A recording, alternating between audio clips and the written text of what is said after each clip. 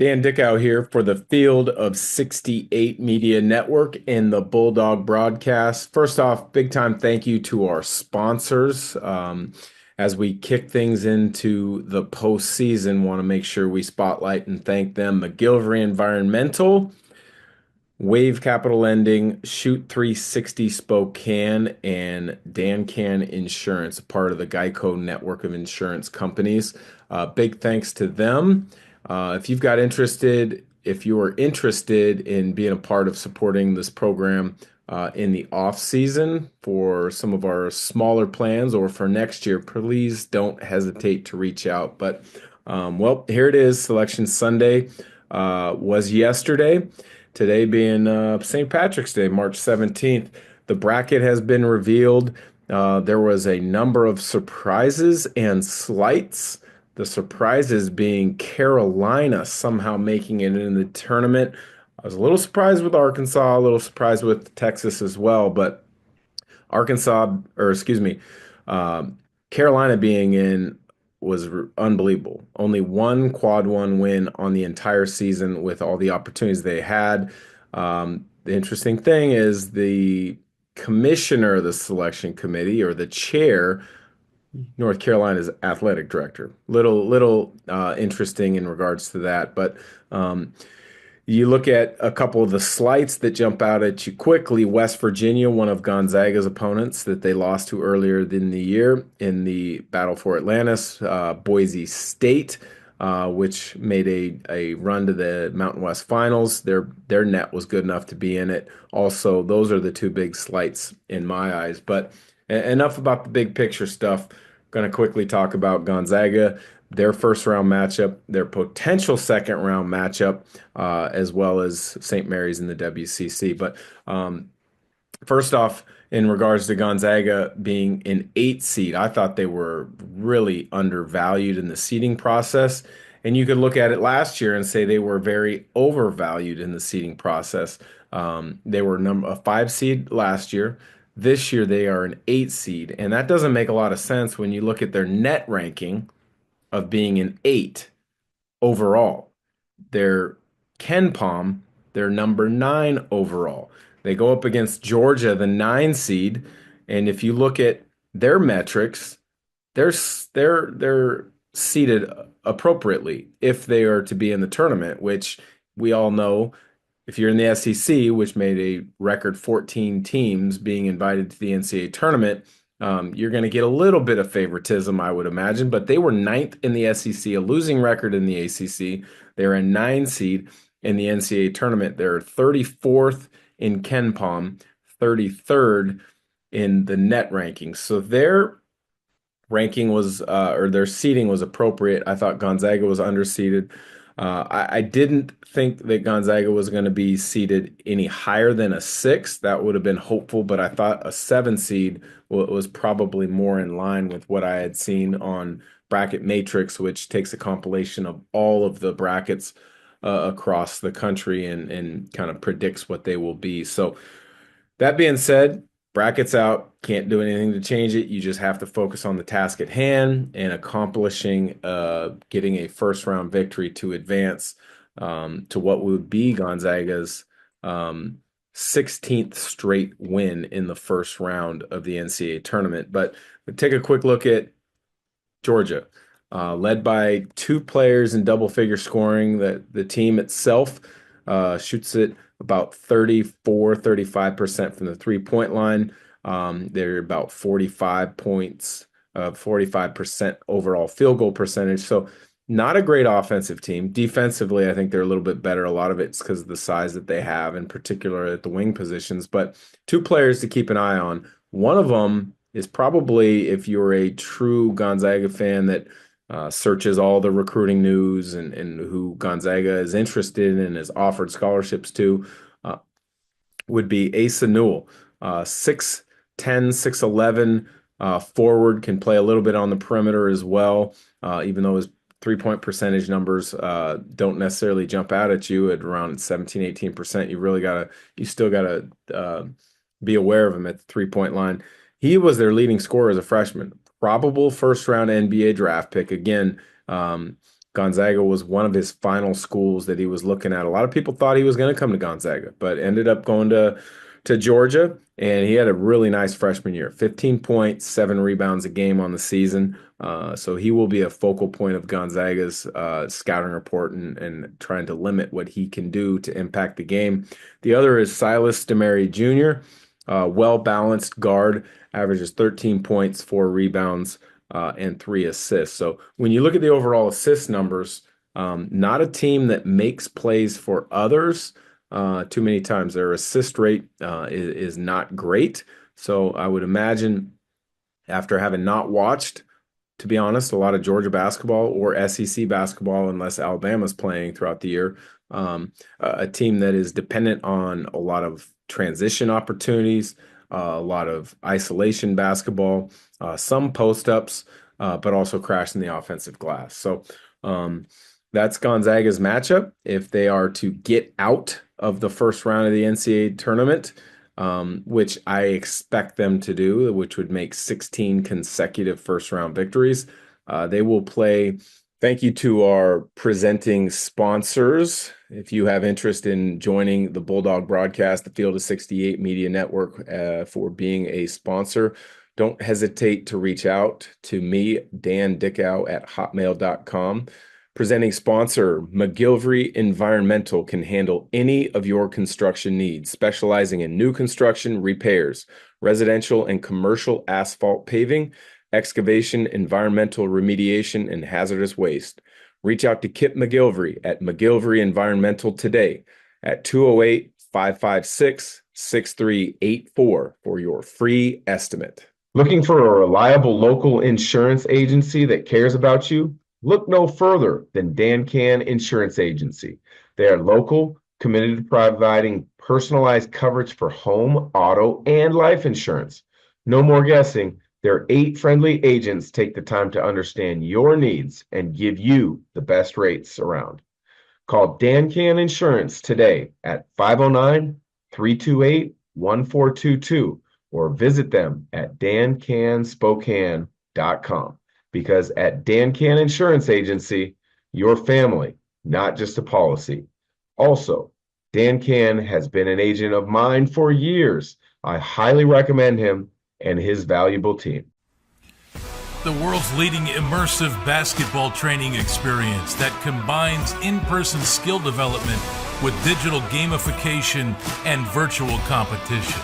At Shoot 360, you will train with our coaches, measure your skills with our proprietary technology, and track your progress on the Shoot 360 mobile app. Shoot 360 Spokane. Unlock your game. Are you interested in investing in Pacific Northwest real estate? Are you an accredited investor, private investor, or want to be a private investor? Look up my friend Dan Can's website, investwithdancan.com. I've known Dan for over a decade, and he is honest, hardworking, truthful, and will do a great job in helping you navigate the world of real estate lending and investing. Check him out today, investwithdancan.com. Who I think of all the 1 seeds would be the most difficult matchup for Gonzaga of the 1 seeds, and that would be Houston. And the reason I think Houston is the most difficult matchup of the 1 seeds is because they play a different style than the other 3 1 seeds. You know, when you look at the 4 1 seeds, you got Auburn as the overall number 1. You've got Duke and you got Florida and Houston, but Auburn, Duke, and Florida play an up and down style that is very similar to Gonzaga. And so if they were to play one of those, there wouldn't be a change in tempo or a change in style of how you want to play. The team, if they face them in the second round as a 1, would be Houston. 3 straight years as a 1 seed for Houston under Coach Kelvin Sampson. So if you're living in Eastern Washington in the Inland Empire, you know that name well. He was a longtime coach at Washington State before going off to many other places. But Houston's difficult for a number of reasons. They are one of the best, if not the best, defensive team in the country. They play a physical style, make you work for everything, very similar to how St. Mary's plays on that end of the floor. But They've got bigger athletes. They have more athletes. They've got more length. I don't know if they have more size because when you look at Mitchell Saxon, Harry Wessels, and Moraskis as your top three bigs for St. Mary's, I don't think you can say they have more size, but they have more length and they have more athleticism. And then they will turn their defense into offense and get out in transition much more often and much different than St. Mary's will do when they only run selectively. So that would be the second round matchup, which if Gonzaga were to prevail, that would make it 10 straight Sweet 16s. But looking at the other part of the postseason for the West Coast Conference tournament, St. Mary's got a 7 seed where they will play Vanderbilt. And if they are to prevail, which I think they will, that would set up another unique second round game for St. Mary's where they would potentially play the 2 seed Alabama out of the SEC. You know, Gonzaga has been 2 or 3 in scoring pretty much the entire season long. Alabama has been the highest scoring team throughout the season. And so that would be a fascinating contrast in matchups and style and speed of game when you look at St. Mary's, plays one of the slowest tempos. Alabama plays at one of the fastest tempos. You look at the other postseason tournaments and the WCC, the College Basketball Crown, a new tournament this year presented by Fox Sports. It's based around the power conference teams that didn't have the invite to the NCAA tournament. So you're talking Big East, Big 12, Big 10, have a large representation in the College Basketball Crown. All those games, 16 teams, and all those games will be in Vegas, and that doesn't start for at least a week. But from the WCC, Oregon State and Washington State has accepted invites to play in that tournament. And then the NIT, San Francisco and Santa Clara will host their first round games in the NIT. So tremendous representation for the West Coast Conference this year in the postseason. You've got 6 teams of the 11 that are in. And quite frankly, when you look at it, I think 6 teams that could win games in their first opportunity in each of those respective tournaments. But, you know, back to Gonzaga, I think some of the things that are key to beat Georgia, you know, we touched on the big picture stuff, but I think the matchup to look out for is going to be who gets the assignment on Asa Newell. Does Gonzaga continue to start Braden Huff on the interior? I don't see that being the case because I don't think when Newell goes to the 4 at times, again, he plays some on the 3 on the perimeter, he plays some on the 4, gets post-up opportunities. I don't necessarily know if that's going to be a good matchup for Braden Huff defensively. So I would imagine that Ben Gregg gets that assignment. Part of me also thinks that you're going to see lots of stretches with Innocenti guarding him at times. I think Innocenti has put together a tremendous freshman year, sophomore year. He's really grown a lot. He's created a valuable role for himself on the defensive end of the floor. So I think that's something that Gonzaga's scouting report is really going to be interesting to look at. Is it Gregg or Innocenti with the majority of the minutes on Newell? And then when you look at Silas DeMary Jr. mentioned a really versatile guard. Is Hickman going to be on him or is Nembhard going to be on him? Because that they're going to have to definitely slow him down with his opportunities in transition. On the flip side, I can't see any adjustments Gonzaga makes offensively. You know, they are a team that isn't going to make drastic changes when you get to a postseason. You're not going to make drastic changes just due to a matchup. What they have done offensively has been successful. They've been one of the most efficient offenses in the country per Ken Palm Analytics the last 7 years. 3 of those years having led the country in efficiency.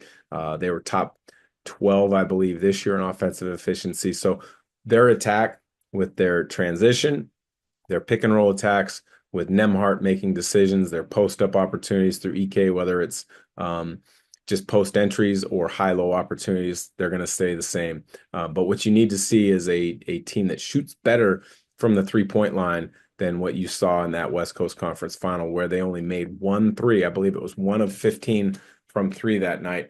If you're going to win and advance in the NCAA tournament, yeah, you got to have good post play. But in all actuality, if you're going to make a long, deep run in the NCAA tournament, I think, and I always have, that you got to have great guard play. And that leads me into believing the 3-point shooting is going to be key for Gonzaga in this first round matchup and going forward. But Hickman battle, you got to find opportunities around that 3-point line. Braden Huff and pick and pop situations, you got to be able to knock it down. And then Ryan Nembhard, with as many ball screens as he gets with his decision making, he's got to be ready to step up and make those shots when defense goes under pick and rolls, or they force switches, or he has the ball in his hands, late clock situations, to be able to knock those down. So best time of year is upon us. We have Gonzaga in the first round against why am I drawing a blank? Against Georgia, sorry, excuse me, in Wichita, Kansas. For some reason, I wanted to say against Wichita State in Georgia, but got that mixed up. It is Gonzaga versus Georgia in Wichita, Kansas. So buckle up, folks. Today, as I record this, is Monday.